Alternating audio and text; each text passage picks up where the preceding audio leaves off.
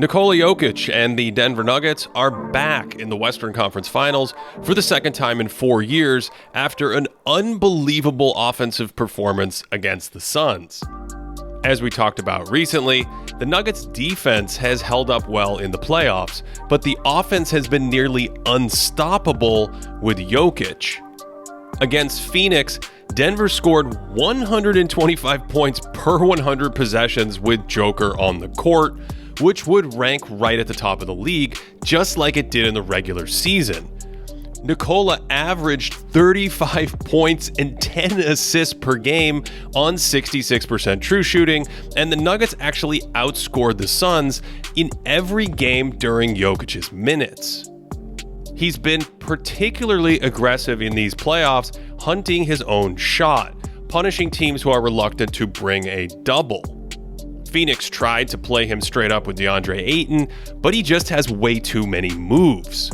If it's not a spin, he can sort of wheel his way into a picturesque Dirk Nowitzki fadeaway, and he has this magical ability to chisel and carve his way to the hoop to find open shots, inching closer one dribble at a time until he finds space for like a 70% attempt.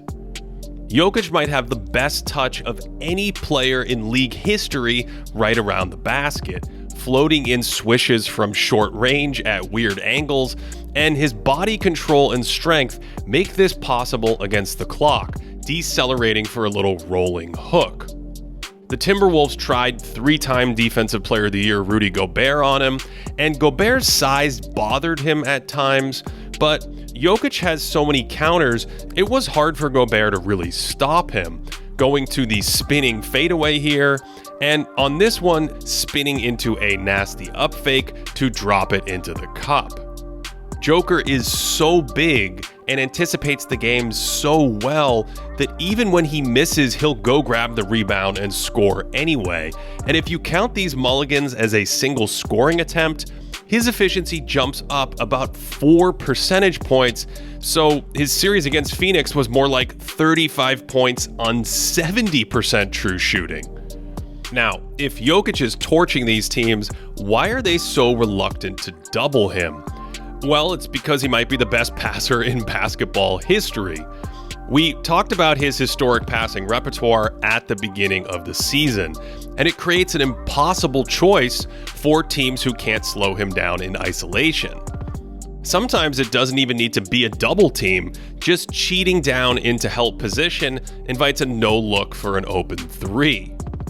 Jokic just picked Minnesota and Phoenix apart, hitting cutters that don't even look open. Fall asleep for just a nanosecond and it's over. Josh Okogie reacts too slowly to the cut, and Jokic squeezes in an effortless layup pass. This time they're in transition, Jokic touch passes it to Michael Porter Jr. for another bunny, and what had happened here was Devin Booker turned to say something to the official, and that's all it takes since Joker sees everything. This one's really crazy. Phoenix switches the screen perfectly. There's an extra help defender in the lane, but Jokic throws it to the screener and Jeff Green gets a layup. And the opening here comes from that switch, where Green has inside position, so even with a defender right next to him and Booker literally holding on to him, Jokic sees a layup when everyone else sees congestion. Nikola must feel like Neo in the Matrix sometimes, so I guess defenders are the confused agents. But think about it. Here's a 3-man game with a flare screen where the screener can turn and roll to the basket for a layup, where Kevin Durant lingers to take away that option. So that opens a window for the red-hot Jamal Murray. So now Jokic knows that Durant wants to show himself to take away that role before recovering to Murray. So in game 2, even with KD in position, Jokic throws it right to the roll man anyway. Durant's length scares away the first attempt, but Aaron Gordon's too big and it's free throws. I'm not sure what defenses are supposed to do on these actions, especially when Jamal Murray is involved. I mean, how do you defend this? Phoenix trails the handoff nicely into drop coverage, but Gordon just screens the dropping big, so a smaller defender has to switch to Jokic, and he just waits for everyone to scurry out of the paint before pirouetting into this Nerf shot. You really do not want to switch smaller players onto Joker, because he will immediately grind them under the basket for easy points. And neither Minnesota nor Phoenix wanted to switch their shot-blocking big men, but these screening actions sometimes force a switch, so then Jokic goes to the block, and when you send help, he instantly cashes in. When they weren't switching, Jokic used his movement to his advantage, slicing off a screen that picks off Ayton to get through for an easy layup. The Nuggets love to run Jokic off screens like this around the elbow, where he can catch with an advantage and then go to work. So in Game 4, the Suns adjusted to take away that cut. Jokic ends up screening instead with all that traffic, and the play is forced to reset. So, on the very next possession, when they set the same screen, instead of cutting through, Jokic flares out to the three-point line. Phoenix doesn't want to switch, and it's a warm-up shot instead. Joker's movement can be hard enough for big men to handle, but his feel for all these little things, like when to screen or when to give up the ball and instantly cut into open space, makes him a playoff nightmare for defenses.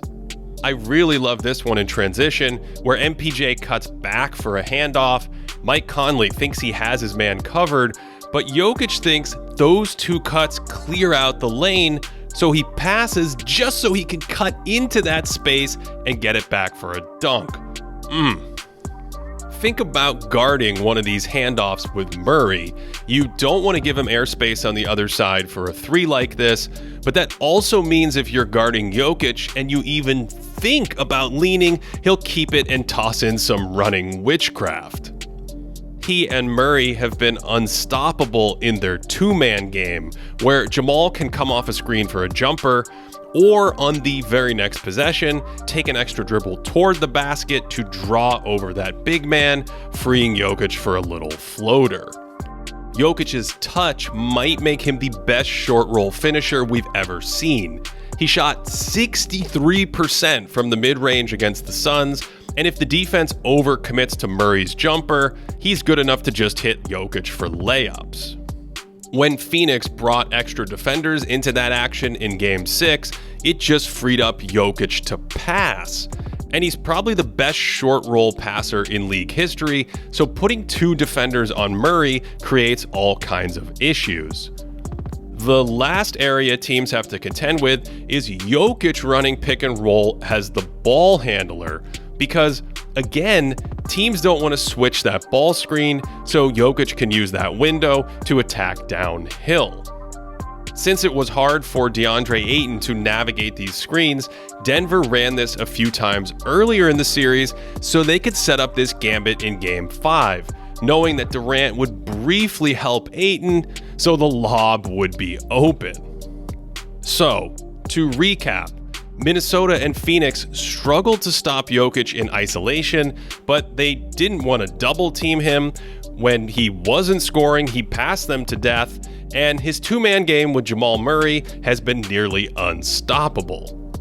There are still a few giant S-tier defenders that could possibly slow down this machine right now, but after a scorching first two rounds in the playoffs, I find myself wondering, is there anyone out there who can stop Nikola Jokic and this Denver Nuggets offense? If you want to work in basketball, I have the place for you. It's Sports Business Classroom's immersive program inside Summer League in Las Vegas. Past instructors in this program have included Commissioner Adam Silver, Mike D'Antoni, and tons of other industry leaders in the NBA and in media. Sign up using the code GREATDAY for $300 off. There's more information in the description box below if you are interested. To directly support this channel, check out patreon.com/thinkingbasketball. That's where we have our playoff stats board that I use to research these videos and all of our podcasts for members. Patreon.com/thinkingbasketball. Thanks so much for watching this one all the way through. I hope you are enjoying the playoffs and that you are having a great day.